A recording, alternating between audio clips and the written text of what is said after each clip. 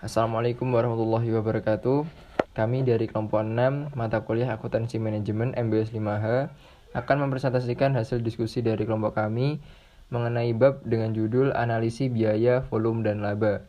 Untuk terlebih dahulu, berikut adalah daftar nama anggota dari kelompok kami, dan selamat menyaksikan video dari kami dan semoga bermanfaat untuk teman-teman sekalian. Yang pertama yaitu menentukan titik impas. Titik impas atau break-even point dapat diartikan sebagai suatu titik atau keadaan di mana perusahaan di dalam operasionalnya tidak memperoleh untung dan tidak memperoleh rugi, atau disebut dengan impas. Dengan kata lain, pada keadaan itu, keuntungan atau kerugian sama dengan nol. Hal tersebut dapat terjadi bila perusahaan dalam operasinya menggunakan biaya tetap dan volume penjualan hanya cukup untuk menutupi biaya tetap dan biaya variabel. Perhitungan titik impas adalah perhitungan yang digunakan untuk merencanakan tingkat penjualan agar dapat menutupi seluruh biaya. Perhitungan titik impas. Titik impas atau break-even point dapat dihitung dengan dua metode, yaitu yang pertama metode persamaan, yang kedua yaitu metode margin kontribusi. Satu, metode persamaan atau equation method. Metode persamaan adalah metode perhitungan titik impas dengan didasarkan pada persamaan penjualan sama dengan biaya variabel ditambah biaya tetap ditambah laba. Berikut rumusnya. Titik impas per unit sama dengan total biaya tetap per harga jual per unit dikurangi biaya variabel per unit. Kemudian titik impas penjualan sama dengan total biaya tetap dibagi 1 dikurangi total biaya variabel dibagi total harga jual. Yang kedua, metode margin kontribusi. Margin kontribusi adalah jumlah yang tersisa dari penjualan dikurangi dengan biaya variabel. Jumlah tersebut akan digunakan untuk menutup biaya tetap dan laba untuk periode tersebut. Rasio margin kontribusi. Rasio margin kontribusi sangat berguna karena menunjukkan bagaimana margin kontribusi akan dipengaruhi oleh perubahan total penjualan. Margin kontribusi sebagai persentase penjualan disebut rasio margin kontribusi. Rumus menggunakan metode margin kontribusi yaitu titik impas sama dengan biaya tetap per rasio margin kontribusi. Rasio margin kontribusi sendiri didapatkan dengan rumus margin kontribusi dibagi penjualan. B. Menentukan unit penjualan mencapai target laba. Analisis target laba dalam aplikasi hubungan biaya volume dan laba pada dasarnya sama dengan analisis titik impas. Perbedaannya hanya terletak pada jumlah laba yang diperhitungkan dalam formulanya. Dalam perhitungan titik impas, target laba sama dengan 0. Sementara dalam analisis target laba, seperti yang dimaksudkan di atas, jumlah laba yang diperhitungkan dalam formulanya disesuaikan dengan jumlah laba yang diinginkan. Biasanya lebih besar daripada 0. Hasil perhitungannya dapat dihubungkan dengan biaya, volume, dan laba per tahun.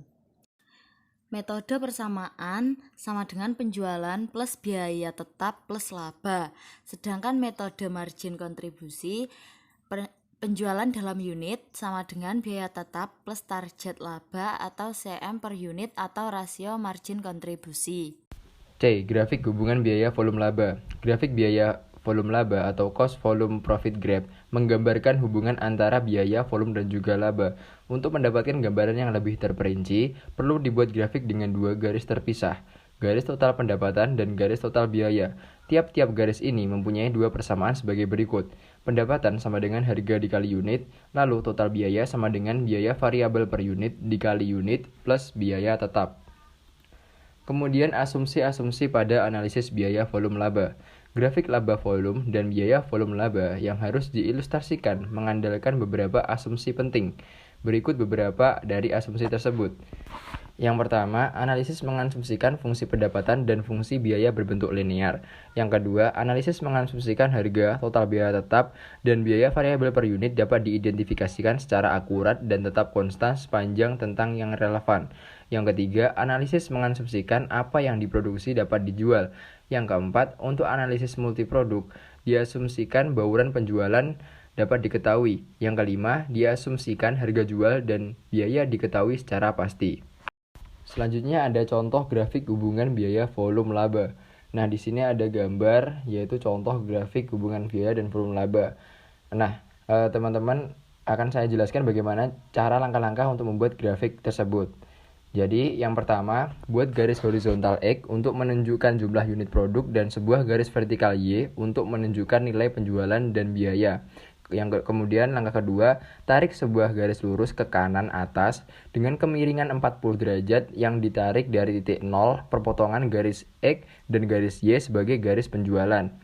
Yang ketiga, buat garis horizontal untuk menunjukkan jumlah biaya tetap pada berbagai level unit penjualan.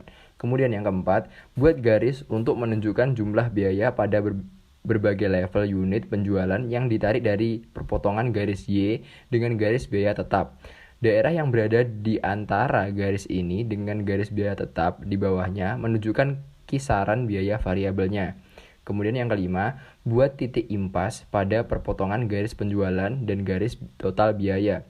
Tarik garis ke kiri untuk menunjukkan jumlah penjualan dalam satuan uang dan tarik garis vertikal ke bawah untuk menunjukkan titik impas dalam unit penjualan. Kemudian langkah yang keenam, arsir 3 di sebelah kanan grafik sebagai daerah laba dan sebaliknya, arsir daerah segitiga di sebelah kiri bawah titik impas sebagai daerah ruginya. Daerah arsiran ini menunjukkan bahwa penjualan yang lebih kecil dari titik impas akan menimbulkan rugi dan sebaliknya penjualan yang lebih besar akan menimbulkan keuntungan atau akan memberikan laba. Poin D, analisis untuk produk lebih dari satu. Analisis multiproduk mengharuskan suatu asumsi dibuat sehubungan dengan bauran penjualan yang diharapkan. Bauran penjualan adalah kombinasi relatif dari berbagai produk yang dihasilkan atau sedang dijual oleh perusahaan. Pada bauran penjualan tertentu, masalah multiproduk dapat dialihkan ke dalam analisis produk tunggal. Namun, untuk analisis CVP, kita harus menggunakan bauran penjualan dalam unit. Apabila bauran penjualan berubah, maka titik impas juga akan berubah. Rumus mencari penjualan impas yaitu biaya tetap dibagi dengan rasio margin kontribusi. Perusahaan dapat menyelesaikan masalah multiproduk dengan mengkonversinya menjadi produk tunggal, yaitu menetapkan produk-produk tersebut sebagai suatu paket.